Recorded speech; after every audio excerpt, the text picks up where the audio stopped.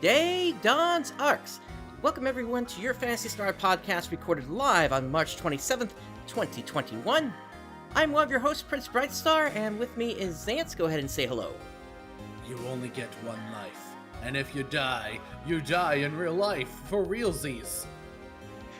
I'm not quite sure I know what that quote is from. It's something making up. It's something SAO reference. I don't know. But also, Clementine got hardcore mode. Oh yes, definitely. That's the big news today. Well, one of the big pieces of it. One of the big news. Yeah, there's a lot that we need to catch up on. Yeah, you got a bit of a reverb there. But as you'd mentioned to me in pre-show, you're in the process of getting an apartment built there. Yep. So there's going to be a bit of a reverb with the audio until I can get some furniture in that can help dampen the sound. Well, we'll deal with it for today here. Yeah, sorry about that. It's okay. But yeah, New Genesis, we have the spring event going on, and as we just mentioned, Clementine got hardcore mode. Also had some news from other servers through the community.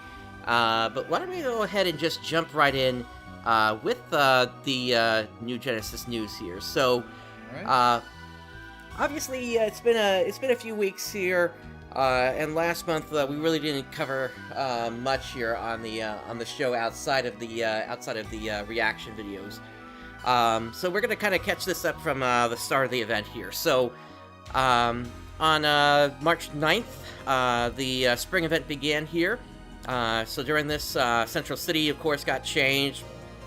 Got some new quests here. Those being the urgent quest, Flurry of Flowers cleanup operation, as well as the trigger version of that, Drill Flurry of Flowers cleanup operation. For that, you need 5 of the Battle Trigger Spring 22 in order to play that. Okay. I also got a bunch of limited time tasks available from not Ciandi, but Zitra this time. She is in both Central City as well as Ritem. And then, of course, we got the new seasonal enemies, those being the Hululu Rappies. And you've got the new Lumiere series of weapons, so those are light elements, so those will be useful for anybody that is trying to take Dark Falls on repeatedly. Interesting that they're doing Lumiere very early on, where in base PSO2 it was a very late weapon. Yeah, I'm surprised they didn't put out the Dark element first as well. Mm-hmm. And then, of course, we got a special scratch for the spring event, so you need Spring 22 special scratch tickets. I know there were some players that had stacked tickets from just the regular special scratch, and unfortunately they were disappointed to find out that they couldn't use those here. You also got the AC scratch ticket Bright Eminence. You got some new augments, which of course is the light exploit. The Lumiere series came with its own new weapon potential, and also the specifications for the different veterans that are available have been updated for both Central Alio as well as Central Ritem. Zitra also has a seasonal point exchange shop where you can trade in for different items, as well as a booster that you can purchase with 10 of the new vegetable types that you can find on the ground outside the city. They added an item to the item trader and the shop menu item recycle. And then the big thing with this one is that there's no longer a week limit on seasonal points. That's pretty significant. Yeah, it allows you to kind of stock up on points early on, and then just spend them whenever you're ready to spend them for items that you want. And more specifically for the second half of the event. Yep. And also they made a change here that if no more items are available, then a message, no stock will appear once you've exchanged the max number of limited edition items. And then anything that is actually out of stock is also going to show up at the bottom of the list now as well.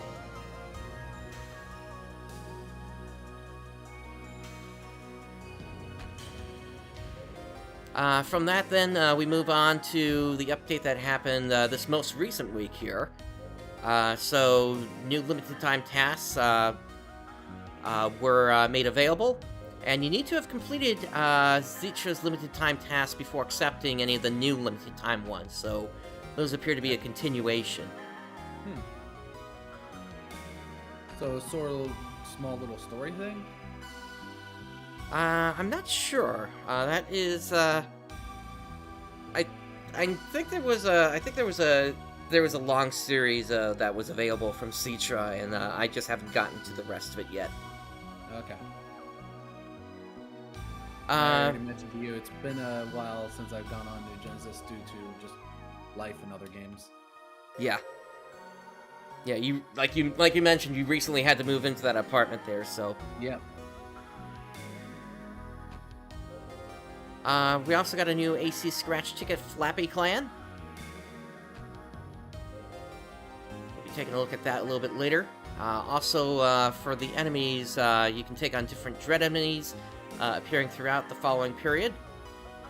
And so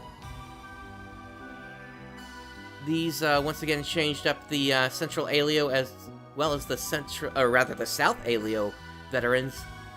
As well as in Central Retem and West Retem.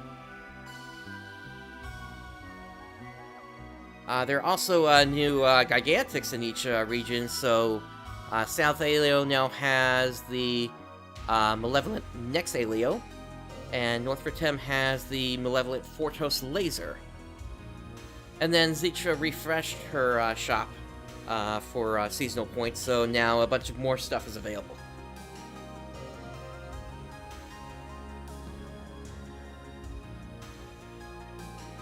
Along with this event, we also have the new special scratch tickets. So let's take a look at what's in that scratch here.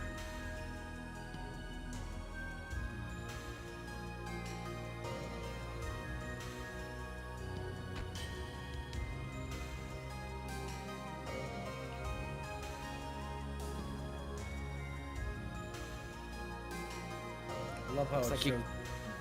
What? I love how with the special scratch it shows the animation of getting the special, like one of the special items. Mm-hmm.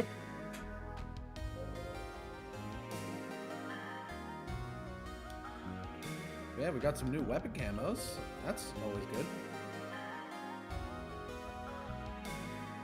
Also looks like some weapon camos from the past as well. Yep. Yep, so we got weapon camos, and then let's see. Let's go to the actual lineup here. Yeah, so you got a bunch of the prior Almaty weapons for the different weapon series we've had so far. You've got 3 music tracks here: Skill Instruction, Ordinary Life, and Trainia Cocoon Standby. I have not lucked into any of those yet. Then you got some poses here: Magic Pose 2 and 3, Arrival 2, Spider, 667, and 671 Broom Flight. And also the 696 Rice Cake Making, and the 721 Turkey.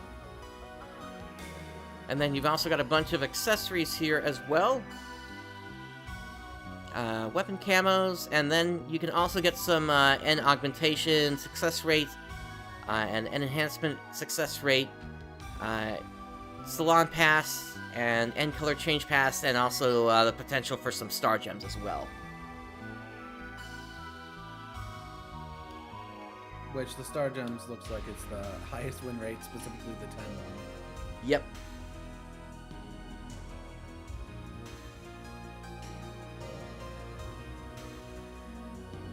Oh, thank you, phone. That came up on the mic. Oh dear. God damn it. Yeah. I might have triggered that one. Oh dear. Anyway, so aside from that, also we've got the we also got a bunch of campaigns going on for this event as well. So there's one to enhance your gear. This one has already passed by, actually. But during it, you got an augmentation success rate plus 5%, enhanced success rate plus 40%, limited breaking instead of discount of 50% off, and an unlock potential instead of discount of 50% off. And they also mentioned here there will be a limited time task related to 5-star rarity weapon enhancement, where you can get a Spring 2020 special scratch ticket. There's also a join a campaign. Join an alliance campaign. My join goodness. The campaign. We have different campaigns that you can campaign on, and if you do the campaigns, you get this campaign reward. Actually, sometimes these campaigns do seem like that's exactly what needs to happen. Exactly. But yeah, so if you do this, you can get an augmentation success rate plus 10%. I cannot talk today. And a 50 star gem ticket as well. There's also a spring bonus going on, login bonus. So for day 1, you get 10 star gems. 2, you get an enhancement success rate plus 20%. Day 3 is 20 star gems. Day 4 is a special scratch ticket for the event. Day 5 is 20 star gems. Day 6 is an N augmentation success rate plus 10%. And Day 7 is a Spring 2020 special scratch ticket. And then, starting next week, there's going to be a series of pre-announced urgent quests. Ooh. So, players that want to be able to participate in the urgent quests and don't know, and have been just rather have them be pre-scheduled, well, here's your chance to have that again. And then, coming up next week also is a Battledia Play Support campaign. The amount of triggers required for the Battledia Purple is being reduced from 5 to 3. Oh, that's interesting. Yep. And there's also hopefully bring the cost of most of those triggers down, because I don't know if they're still pretty expensive right now or not. They kind of are, but it's not as bad as like when it first released. But it definitely still costs some to get those. So that's gonna go through next week. So you're at the same time you kind of gotta pick and choose here, because if you're still trying to level up or something, an alt or one of your secondary classes, then you'd actually want to be doing it this week, or at least over the next few days, since there is another campaign going on right now, which is giving an extra 20% experience. But we'll get to that one in a little bit here. Next week is also going to be a bunch of Stellar Grace recover operations. So you'll be able to get a boost on your drop rate, as well as a seasonal point rate boost as well, by participating in that, as well as collecting 5-star gems from each of the Stellar Graces that you manage to find. And then, of course, your personal boost will also go up by 10% as well, if you manage to find enough of the Stellar Graces. So that's pretty much everything that's happening with the spring event. Moving on from there, as I mentioned a moment ago, there is a second campaign going on right now, and this is the global 2nd anniversary campaign. So, yeah, it's been 2 years now. Huh. Yeah, I know. Hard to think. It's yeah. It's just such a shame we went through 8 years of content on base PSO too, in a year. Pretty much, yeah. It's such a shame that they, and we've said this multiple times in the past, but it's a shame that they didn't spread things out a bit better, so that New Genesis could have cooked a little bit longer. But it is what we got here. Just to give less burnout for people who were trying to keep up with current content and current gear levels. Oh yeah, I completely agree with you there. But anyway, there is a retweet campaign going on. So, if we reach certain goals, we'll be able to get rewards. Let's see. So, at 2,222 retweets, we get the 165 Ready Stance 1, as well as the Rappy-shaped fritters. And then at 4,000 retweets, we get the 294 On Standby 2, and another Rappy-shaped fritters.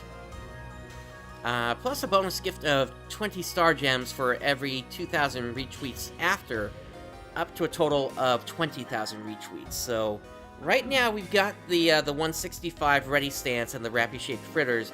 We're about 1,003 away from the second goal there.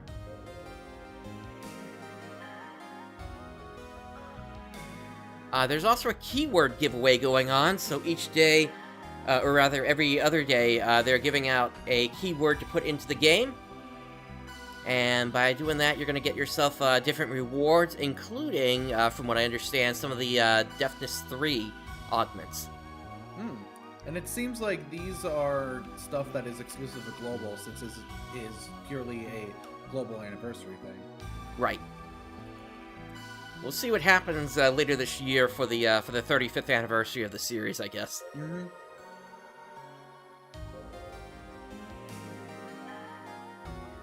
Alright, there's also a boost event going on. Until the end of this week, you can get an extra 20% experience earned.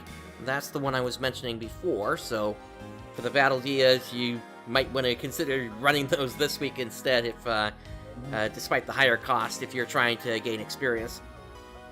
Next week is a 20% rare drop rate boost. So if you're looking for specific items from those Gigantics, then you'll want to run it next week instead and take advantage of the reduced costs on the battle triggers. And that's it for the second anniversary. Alright, so moving into the known issues. Why don't you go ahead and take this one here, Xance? Okay. What's the... Okay, so...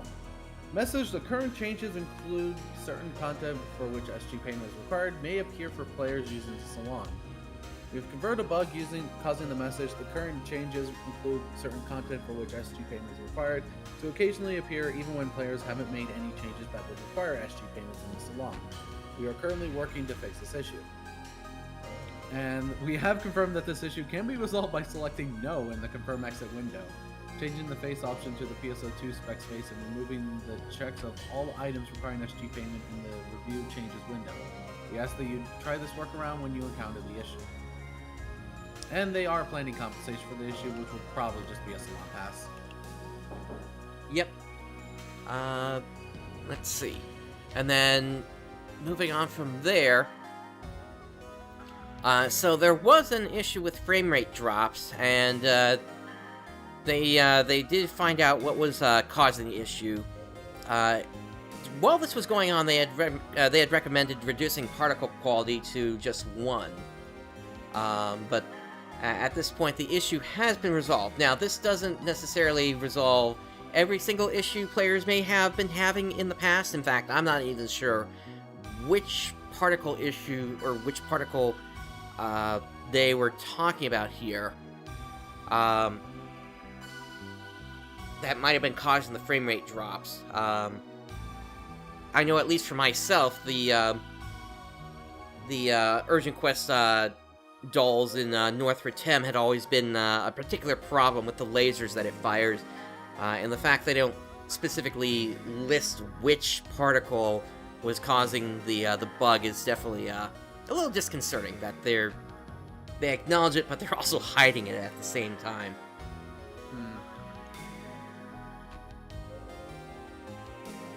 Alright, with that, let's move on now to the scratches that are available. So we've got the new Star Gem Scratch Refined Form. This one came out on the 16th.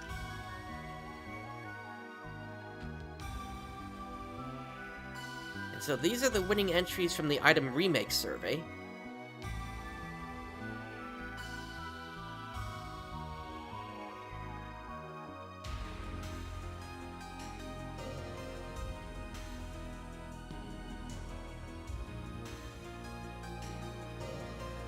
having a shirtless guy. That's nice. Uh-huh. Also, I also like those casual jeans. Those look nice.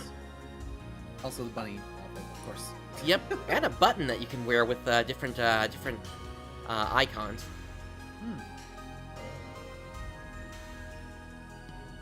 Okay, and then moving on to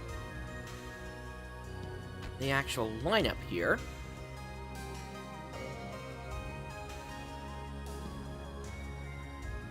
And they also make mention that after the next update, some of these are going to be going away from the Stardom Scratch. So here's that list of all of them. And that does include some of the ones that we see in the list here. So, we got the bunny suit, we got the Sophus Reno, both outerwear as well as basewear. And actually, it seems like a pretty good set there. Let's see. Got a bunch of Prima sets here, both innerwear as well as basewear. And then, yeah, here are all the jeans that they were showing off here. You got the jeans. You got the Viterno cast parts, along with the Dizana body cast parts. And then we get into a bunch of emotes here and hand poses. So, hand pose Rock 3, Open 4, and Pinky up 2. And then you got the Nutara concerts. Oh yes, the bass. Oh yeah. I want that bass emote. It's definitely a fun one. And then following that, then we got, I think a bunch of these are actually, were previously in the Stardom Scratch, but we got the Provost head, 10X head, and the Dizana head. Got some slim human ears as well as elven ears. Those elven ears actually look pretty nice.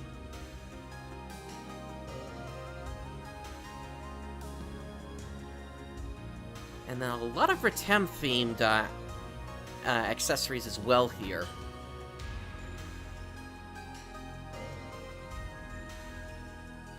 And you can also get some music as well. Flare, Rennis Retem, as well as Growl from the Blazing Sky Next Alio, on top of the previously available Song of War and Song of Mourning.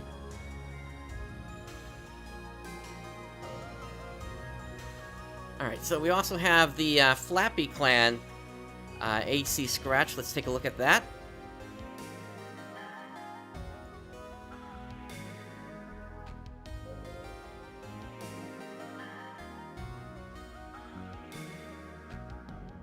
Seems kind of punkish to me.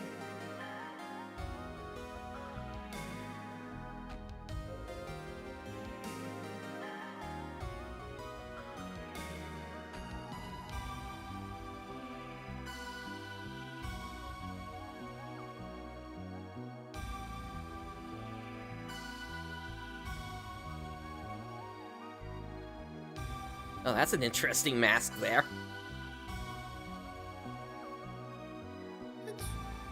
Yeah, it is. And then you got the emote side-scrolling shooting.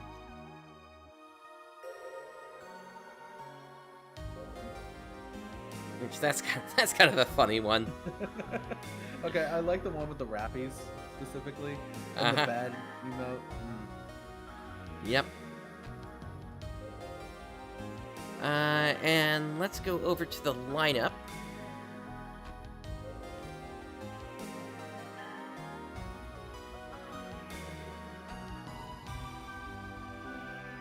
Yeah, so some interesting new clothes with this one. There's the bed, along with the side-scrolling shooting that you were mentioning. Yeah, gotta get those options firing. Oh, that just looks so silly, especially with the Rappies joining in with firing their feathers. Oh yeah, definitely. And of course you got some new hairstyles, along with eyebrows and eyelashes. And then a bunch of new accessories as well. Damaged open gloves, loose headphones, the clear papillium wings, and then the Sturm Lance, which is an interesting one. I'm not sure if... I don't think that's a weapon camo. I think that's just an accessory.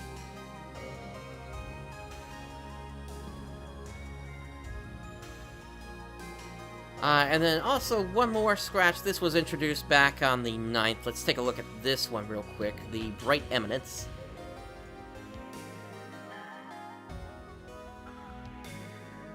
So this one has more regal and dolly-like garments.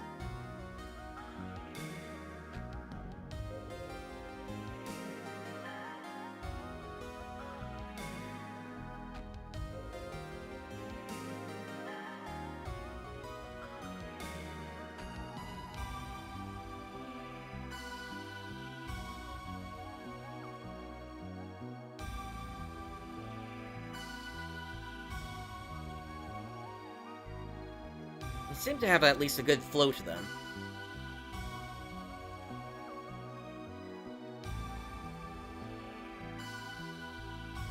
Got some more wings there, along with shields.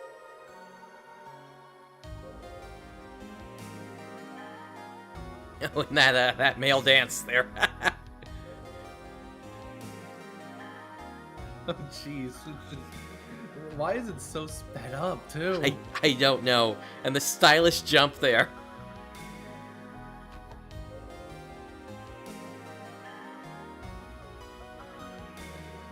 Alright, and going to the lineup.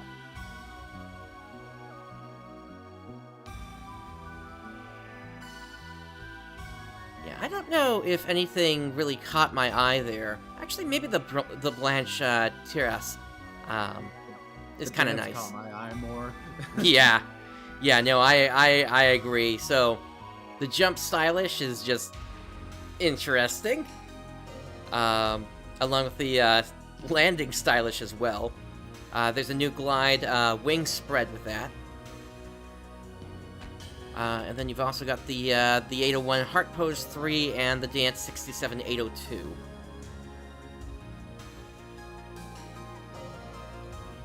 And then, yeah, so you got different gloves, you got earrings,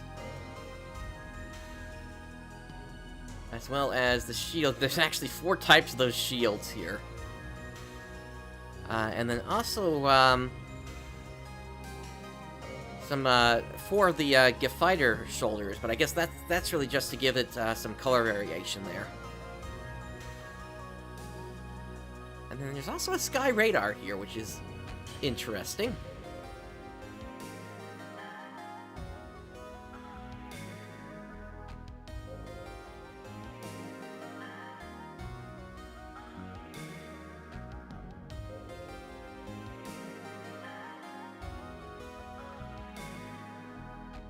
Alright, so just real brief, let's take a quick look at the future roadmap here. As we're probably going to be getting some new information very soon when things go, when the next headline comes out. So, for April, we are looking at the level 45 cap, as well as the addition of the new high-ranked sectors in Retem. Now, the Retem Urgent Quest did get bumped from the roadmap here. But there's also going to be a room setting for photo shoots. That's the thing that's going to let you control what the weather is like. And they're also implementing the new photon arts and compound techniques early, compared to waiting until May on those. Yep. So we'll have some of the stuff that makes Tector actually kind of good, maybe? I don't know. We'll have to see. I'm really hoping for that they're going to implement more than one photon art per weapon, but I guess we'll have to see. If they if they do, I hope they finally give Hunter a better gap closer. For Sword, at least. Definitely. They need that. Yep. Alright, for May, it's going to be the NGS first anniversary event. So we'll see what kind of boosts are going to be happening. Hopefully it's more than just a 20% experience and a 20% rare drop boost that's going into that.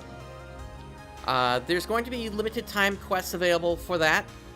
As well as in Retem region, there's going to be a new urgent quest. So the one from April got bumped into May. And then in June, we get the second major update for New Genesis. That's going to add in the new region, Chapter 3 of the story, raise the level cap to 60, and is going to give us new class skills. I'm going to take a guess and say that the level cap will probably get up to like 100 by next year.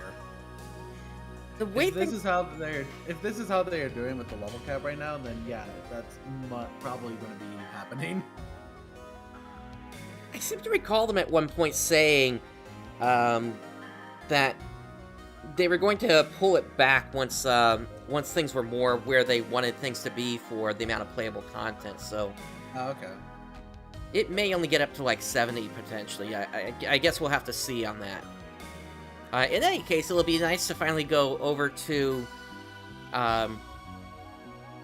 Lake Halfia and take on that Gigantix at an appropriate level and maybe get some stuff from it.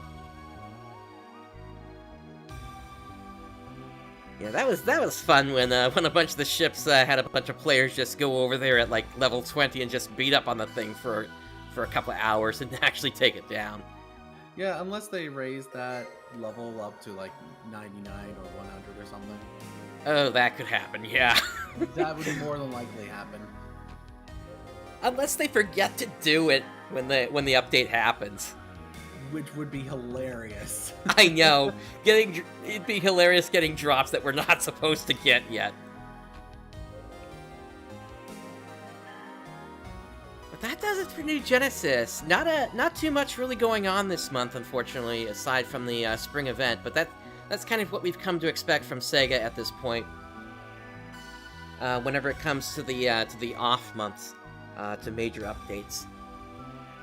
Moving on from that, we got a bunch of stuff we need to catch up on with the different servers. So we're starting off today with Clementine here. So starting off with actually back in February, because I completely forgot to cover this during the last headline. So Xance, why don't you go ahead and take this here? Okay, so there were a bunch of missions that got an S3 difficulty added. Photon spheres were available for synthesis for 50 PA fragments, which very nice for that. There were booster items that can now be synthesized for PA fragments, those being the drop rate increases and a PA EXP increase. And a bunch of items that can be synthesized from the Rogue siblings. I'm not going over all of them. Right. And they made some adjustments to the Guardian's Quest system, which, if you don't know, is their daily and weekly system they added in Clementine. The kill-specific boss quest got changed from a drop rate plus 25% to a 75%, and the kill any boss one went from 50% to 100%. Yep. And a bunch of Photon Arts had their power modifiers changed. Mostly, looks like all of them got, like all the ones that are listed here got buffs. Yeah, it seems that way. I think the more noticeable one is Tornado Break, getting an increase by 70% for their part 2. Yeah, that's a big one.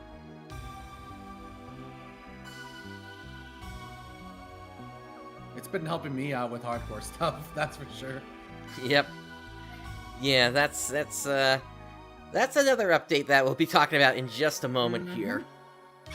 But yeah, from that update, the level cap increased to 180. The overall chance to receive a rare item from a mission-specific clear box was increased, and chance to receive a prototype weapon was increased. Yep. And I actually managed to get one of those after my first run in hardcore mode. Oh, nice. I actually remember like the first time that prototype weapons were added. First I did, I got one of them. And I was confused. It's like, what is a 15-star weapon doing here? Yeah, same here. And then in February 13th was a very small update, which had the Valentine's Day event. No longer active now, obviously, because it's late March. But also corrected the Phantom Mist board, the rarity was corrected, and Red Twin Saber now correctly works with the red line set bonus. Yep, and then at this point the Valentine's event has gone and has come and gone, but during that you would have been able to play Protector Zeta. Moving. Go ahead. Protector Zeta was pretty fun, as it was mostly a boss rush. Yep. And then moving on. It was actually kind of similar to like Towards the Future in a way. Yep. But yeah, moving on, we got the March 13th update. So extra shop NPCs have been added to the mission counter in Javiero FD. And now we got S4 difficulty added in. Yep. And there are also 3 new missions that were added in, all with the C to S4 difficulty. Those being Frozen Sanctuary, Echoing Abyss, and Village Defense. Yep, and I did that Echoing Abyss. It's definitely an interesting one. I still need to try them. I think that one is over in Galenigair Mine. Okay. And the Garrod line board has been added to the Rogue Sibling shop and has set bonus with all Garrod units. And many new items were added with the addition of S4 difficulty. Yep. But yeah, we got a new type. This is pretty massive. We got Acro Master. So all expert and advanced types. So actually, could you go into Acro Master? Pull that up on the new tab to go over Sure. it?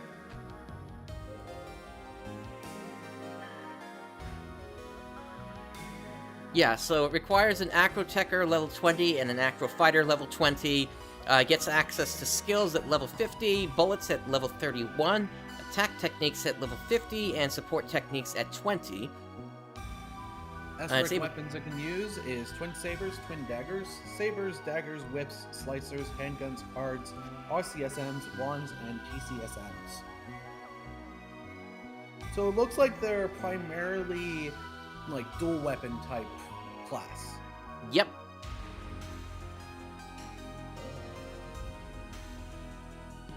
And they have a limit break, so for traps they can use standard and G traps versions, and for their limit break, single at type level 1, P-Tex at type level 5, Raw Tex at type level 10, and 20% mastery at type level 20. And their special is animation speed for attacks and technique uses is increased by 20%. And similar to all other masters, it can only use S-rank weapons and line shields. Yep. That's actually really cool that they're adding new types into the game. I like that. Yeah, I know. It definitely gives players something to do. Mm-hmm. Even though there's a lot to do in PSU.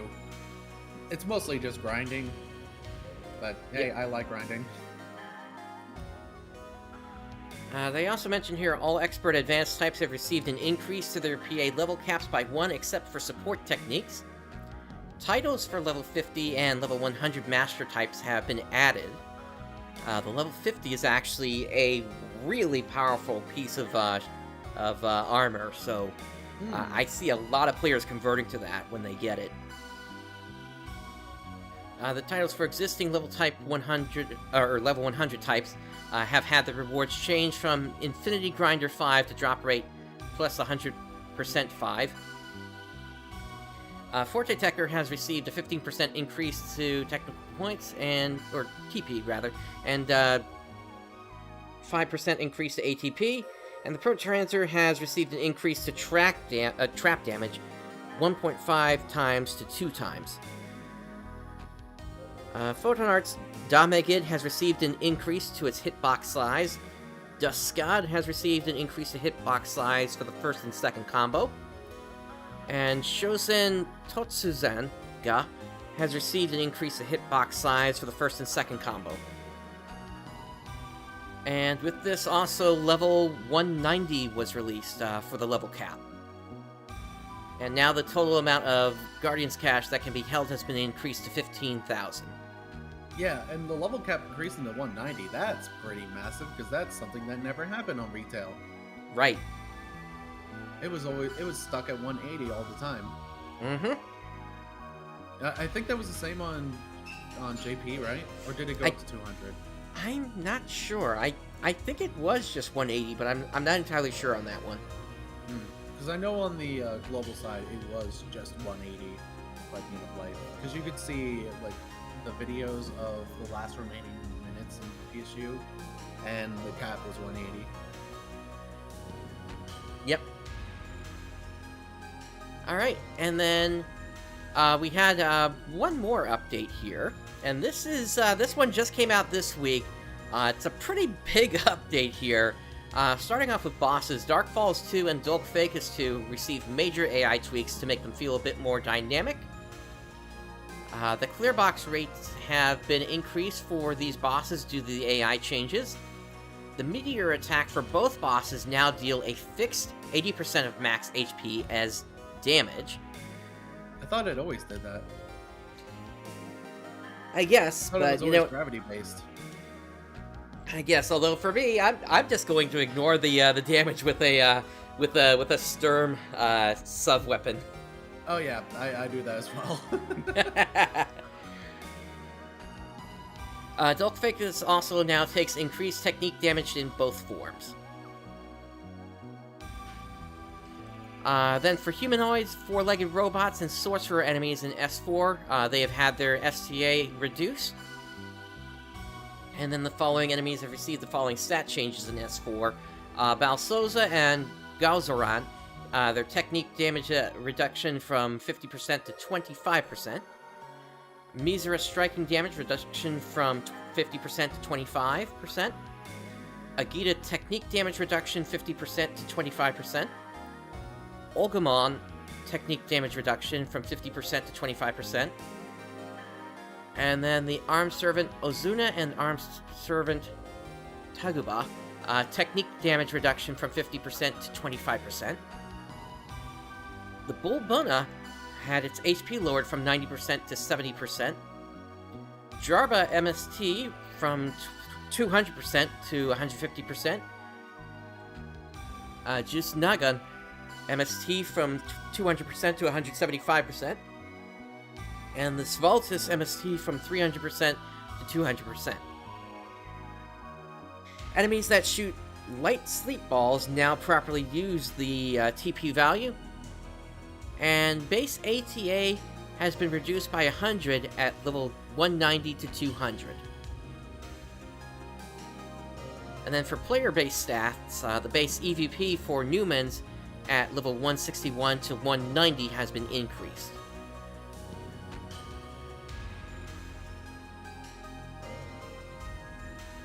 And then there's a bunch of items here. Why don't you go ahead and read through these here, Zance? Alright. So there's now a conversion board for turning Infinity Grinder to drop rate 100. And that's available at the Resident Security Department. The Dengeki Bow no longer has the 30% PA boost. Scapedoll is now a grenade launcher. What? Yeah, I saw that as well, and before I could ask about it, it was already scratched out. What? Okay. Starlight Cluster, Eternal Punisher, Burst Impact, Blitz Burst, Raphael Burst, Inferno Panzer, and Toroid Panzer now have 7 STA. And in addition to the STA change, these SUVs can now be used by humans and Newmans, with the exception of Inferno and Toroid Panzer. So are they going to be like the Starlight Cluster then? I guess so, yeah. Because it has to have the AC at the end. Because that shows the difference between the two. Yeah. I haven't noticed it, but I since those are I think those are drops, so Okay. I just haven't seen any yet. The Golden Skeletos received a range increase to 575. Devil's Whim C typo corrected in description, and Fryland Rose typo corrected. And all rods have received a 10% increase to critical damage. That's nice to see. For types, Acromaster can no longer equip C to A rank gear because it's a master type it shouldn't have to begin with. Yep. Acromaster has had its support technique level cap reduced to 20. I'm guessing it was reduced to 20 instead of 21. Yep. Acro Fighter, Master Techtor, Forte Techtor, Gun Techtor, Master Force, and War Techtor have received a 50% increase to EVP. And all Technic-based classes receive 10% increase to Technic Mastery. Raw Technic level rates have received a 10% damage increase. And Nos Technic level rates receive a 30% damage increase, except for Nos Technic. And then for Photon Arts, Gi Techniques and Megaverse received a 10% increase to their range. Gi Techniques have received a 50% SE override at level 41 to 50, and Nos Techniques have received a 25% increase to their exposure radius. But the big major update is Hardcore mode. This I was not expecting in the slightest. Yep. Yeah, this is definitely big here. And in fact, the joke that I was making of you die in the game, you die in real life. Oh no. Yep. And in fact, real quick, let's just switch over here. So this is my character here in Clementine, and so the big difference here you're going to notice is with the name. And so the name always shows up in purple here, and so. This is how you're able to distinguish between the different players. If they've got a purple name, then they're a hardcore player. And yeah, it's a lot of fun playing it this way because you've got a bunch of multipliers going on here, which we'll get into here. For instance, let's just kind of go through the different rules here. So you cannot revive players with moon atomizers or photon arts. Only scape dolls can revive a player. Characters are immediately deleted upon death without a scape doll. And you can only have one scape doll at a time. So it's similar to how hardcore mode is in Ephinea, actually. Yep. But there are some things helping players. So, for instance, if you go down and you use your scape doll, you do have the ability in PSU Clementine to abandon a quest and just get the heck out of there if you want to. Granted, if you're with a team, people might look at you as ditching, but at the same time, they may also respect you for making that choice.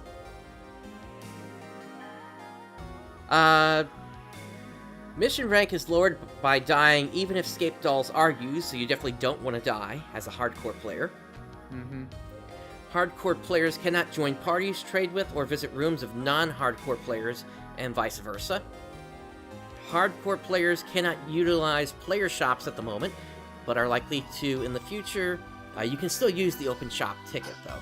Yeah, and honestly, I'd much rather not have like any player trading with hardcore. Similar, again, to hardcore mode in PSO Ephinea.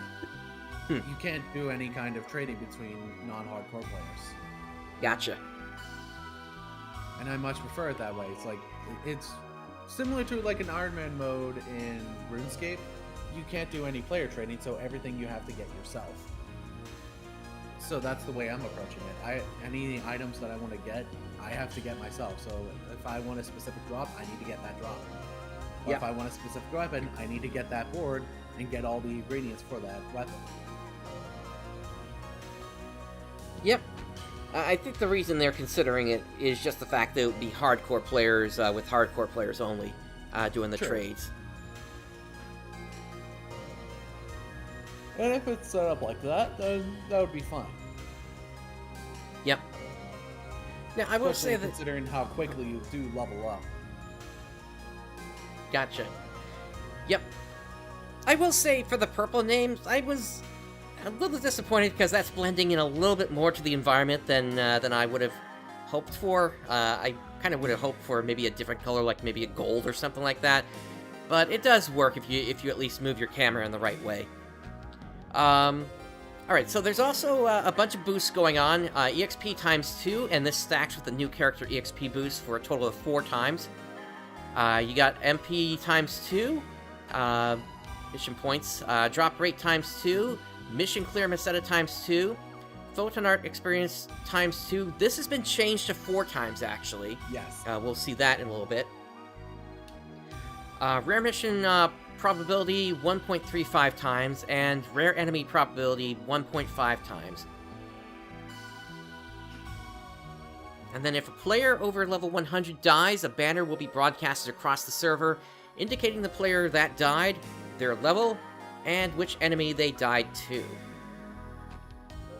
Additionally, a sandbox game mode will be released in a coming update. You can go ahead and create a sandbox account using the new launcher, but not able to log into it until further notice. And again, the sandbox mode will be similar to how it is in PSO Ephinea. Basically, you're just given free reign access to create whatever items you want, boost yourself up, and just to try out different like wacky builds that you want to do. But the thing is like any items that you make cannot be traded to anyone, regardless. Right. So everything is complete, and nobody can join a party with you. So everything is self-contained to just the sandbox player. Yep. They might do sandbox with sandbox, but we'll see. Maybe. I think the Ephinea allows that. I don't know. I'm not sure. It's been a while since I logged into a sandbox account there. Mm-hmm. All right, we've also had some smaller updates as well here. For this here, Q made a post on their Discord. Enemies in the S4 now have the correct and intended damage stats. This means they will deal much more damage than before. They also have been given higher EXP payouts with a correct armor element, and you'll be fine, probably. And then a couple other changes. Emperor Axion Cross PA boost has been increased from 12% to 20%. The Seed Awakened mission has received 3 extra Facus clear boxes. Also, on S and above, it should now play the proper cutscene for beating the first form of Facus. C-rank drops should be removed from the new S4 custom missions. Beach Bum Beast, Lightning Beast, Village Defense, Seed Awakened, Frozen Sanctuary, and Plains Overlord have had their S4 entry requirements lowered to level 160. Adult Facus and Dark Falls now have proper S4 speed modifiers, but they still think they're slow as hell. Devil's Whim P now has extra range. Some items have the wrong models, and Rarities ranks have been fixed. And drops have been given to the Black Nest since it decided to invite itself into the counter. And then a few other updates here. These are post the hardcore update. So they fixed the Adana Digana desync issue, hopefully, along with fixing some server-side things relating to hardcore. They increased the hardcore Photon Art XP to ×4 now. And then also the Visitor's Memory C no longer gives PA fragments. The hardcore Guardian Memorial at Falls Memoria should no longer lock players viewing it. They fixed a bug on hardcore where some items were impossible to drop. And the Village Defense S requirement is no longer S2's requirement. And so that's what we got for Clementine. Moving on to Ephinea now here. Mm-hmm. Which they also got a pretty substantial update as well. Yep. That including the new Endless quests. But why don't you go ahead and take this here, Sans? Okay. So, DLL was updated to V1340. And so, implemented support for more mags and more mag colors. That's cool. And new mag colors will be added to the server in upcoming maintenance, which was eventually did added. And then 4 new quest upcodes for future quests. Endless Episode 1 and Endless Episode 2. So, if the quests tell you to update your DLL, make sure you close the game and run the launcher. Okay. So yeah, basically I'm guessing they would work like the Endless quest in PSO2 would? I think so, yeah. I haven't tried it out myself, to be honest. Yeah, same. It's also been a while since I've been on Ephinea. I really should get back on there and get to 200. I think I'm like 23 levels away at this point. Yeah, and I've been kind of busy with all the stuff that's going to be coming to a head in several months to maybe 6 months from now, as I am moving. Oh, nice. And also a fixed position of some HUD elements in high resolution mode. HUD, halt and window from pressing F1 is now centered. Floor text associated with the insta wrap. An object often used to change floors and towers now positioned properly. Area 1 HUD element when entering new area and challenge modes positioned properly. And remove the ghosted bar when closing certain menus. And also increase the floor limit for guests in a PSO2 drop style party to avoid a disconnection issue commonly seen in high HBR games where players left the floor with a large number of drops.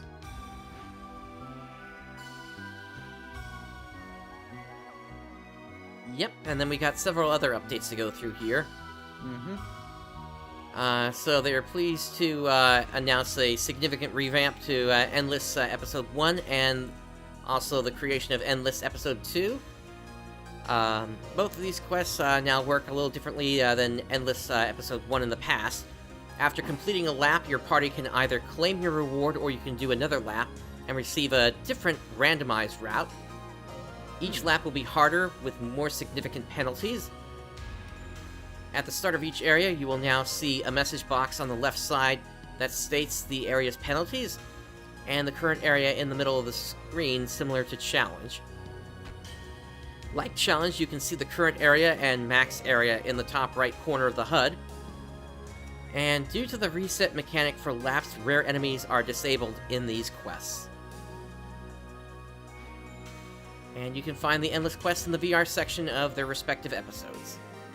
Nice. I definitely need to give those Endless a try. Maybe later today. They do sound fun. Alright, and then for March, have an update here. The Hunter's Boost Road was changed to War Limits 3, New Mop-Up Operation number 3, and Sweep-Up Operation number 13. Timers were removed from NMU3 and SU13, and the timer was restored to SU9, which was part of the February HBR. The Ephinea DLL was updated to provide some new functionality for quests. They'll be using this functionality to automate the process of adding and removing timers for HBR in quests. There are now 12 new mag colors. These colors are obtainable from only random mag drops and will never be available from character creation. You can check out the mag colors yourself in Sandbox by changing the final byte in the /item text for the mag. Previously, that final byte had a valid range of only 00 to 11, now it goes up to 1D. If you use the Item Reader add-on, the add-on will say the color is not set. They'll submit a pull request to the repository for the new mag colors for Ephinea. The drop charts were updated and should reflect the changes within the hour. Some highlights of the changes are all hearts for skins are now available on the drop charts year-round. These rates and drops are subject to change. The Memo, Yahoo's Engine, and Pioneer Parts mag cells were each given a drop on the drop charts. In Ultimate Only, mags as a box drop were moved from Mine 1 to Mine 2. Redria's Goran Detonator drop changed from Slicer of Fanatic to Disca of Brave Man. And Redria received a Disca of Brave Man drop from Zabuta in Crater. And then both Endless Episode 1 and Episode 2 had a change to their timer. And then one more update from this Thursday, actually. Why don't you read through this one here, Zance? Alright. So, the My Career quest is now available in Episode 2 and through the shop menu. This quest has various statistics collected about your character, such as kills of each type of enemy, number of techniques used, and whether the character already received Anti-Dark Ring from Pyro's Ego. And note that if you imported a character back when character transfers were accepted in 2016, the data for your character started from the time the character was created on Ephinea. The data collected here is unique to the character's playtime. So, yeah, this is all the different statistics about your character from the time it was created to now. I really like that. I like seeing those small little statistics things. Yep. It's something that the later Phantasy Star games added. Like, I know Universe and subsequently Portable and Portable 2 have those. It tells you exactly how many of different enemies that you've killed. Yeah, it's definitely a fun thing to be able to look over every now and then. Yes, how many creatures you have murdered in cold blood.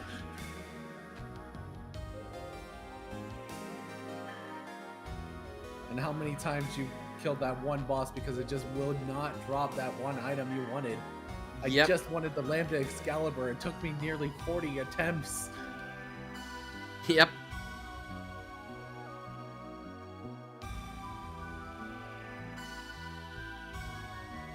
Anyway, Lost Charge Vulcan received a significant revamp that includes the addition of a second area. Ooh, interesting.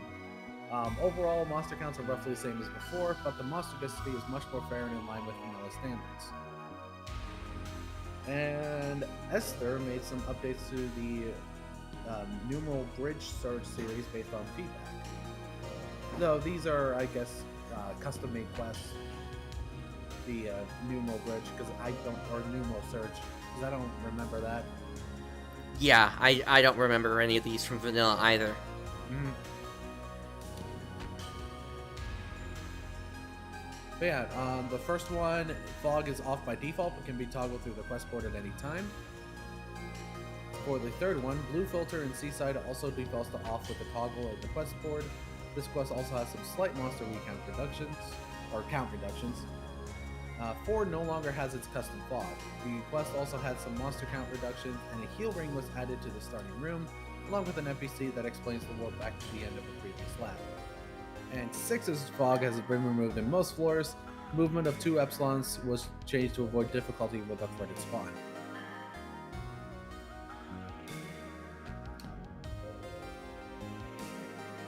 And that's about it for Ephinea, right? Yep, that's it. And then we got one more update here.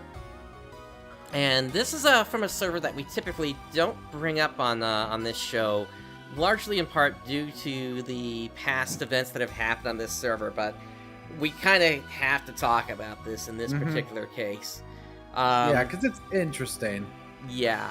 So the Schthack server has actually a lot of really cool stuff coming up here. The first being multi-team functionality. And if I bring this up here, here we go. So basically, the way that this works is you can have multiple players and multiple parties playing together now. I think the limit is going to be 12 on this. But do you see those like those green bubbles and the blue sphere in the background there? Those are other players. Exactly. Yeah, so this is going to be a really cool thing coming to their server, which it kind of makes me wonder what they're going to do for new quests now that they're going to have this kind of functionality built in. It's a really cool idea. Granted, they're grabbing it basically from PSO2, but it's an amazing idea to. Now the thing is like with how balancing currently is with PSO, even with a full party of 4, most enemies just go down so quickly. Yep. So, I don't know. They may really try to push the limits of the games in terms of how many monsters you can load at the same time in an area or something like that. So yeah, we'll see. Like for the geese right there, just having 2,500 health with 12 people, that is just way too little. Yeah. So who knows? Maybe they'll be able to add a 5th difficulty or something. That would be interesting. Like something beyond Ultimate. What would they call it? Super Ultimate? That's very boring. Extreme. There you go. Extreme. Yeah, there we go. Yeah, that works. Especially for the other thing that this server is going to be adding, a level cap increase. Yep. Before that, though, they do mention here that that they're going to be able to link Blue Burst and GameCube teams with this as well. Which, that is really cool. Being able to link different console games, like that's really cool. Yeah. No word on the Xbox version yet, though. Yeah. I don't know whatever happened to development of that one, to be honest. It's probably still going on. It's just not much progress has been made. Could be, yeah. But as you mentioned a moment ago here, yes, they are getting level 300 level caps. And apparently this is just the start of it. So their thinking behind this is basically once players get all the items that they want and they get their character to level 200, any progression that they have is basically just completely dead in the water at that point. And so a lot of players will just stop playing those characters at that point. And so they're doing this to give players a reason to continue playing their characters after level 200. Now, they say that the stats are not going to be increasing by much at all. And in fact, when I was looking at the footage earlier, it looked like the increase was only like maybe 2 or 3 HP and maybe 1 photon point per level for a realm arc. But there's going to be some exclusive items that unlock once you get into once you hit 25 levels above and each 25 levels after that. Those are going to be mostly cosmetic items, although there is supposedly one utility item. And they have the potential to increase this even further beyond 300, depending. Now, each level is going to be require only 1.6 million experience points. I'd say only, but yeah, for PSO terms, that is a lot. Yeah, but it's still not as bad as like those final levels getting from 190 to 200. So true. So we'll see how this all plays out here. This is launching April 16th, it looks like. But yeah, so some pretty interesting stuff coming from the community, even outside of where we normally talk about. And then of course we got the April update coming for New Genesis in probably 2 weeks. If I'm guessing here, because usually it's a week after the headline video comes out. But that's pretty much what I'm curious. Go ahead. I am also curious if if Ephinea could also, or like the people working on Schthack, if they could also work with other private servers to make some of those features available for other places. Like the 12-person party thing, that sounds really interesting. It does. It would be horrible balancing wise because again, power levels in Blue Burst is so stupidly high that everything, and even with a full party of 4, everything just dies so quickly. Yeah, I don't know. We'll have to see. I mean, it's going to depend upon if there is going to be, if it's even possible to have that kind of cooperation between them. I don't know if there's anything in the past that might prevent something like that from happening. Just because there are different servers out there. It's not just only Ephinea and Schthack that are... Yeah, there's also Ultima. Yep. That's a server. Yep. So the fact that the community is fragmented as it is potentially may prevent something like that from happening. But I guess we'll have to see on that. It's possible, I guess. But that's pretty much everything that I had for today. Was there anything else that you had, Zance? Not that I know. Alright. Well then, in that case, that brings us to the end of this episode. On behalf of Zance and myself, thank you for joining us today. The day has dawned. Have a great day, everyone. Dana.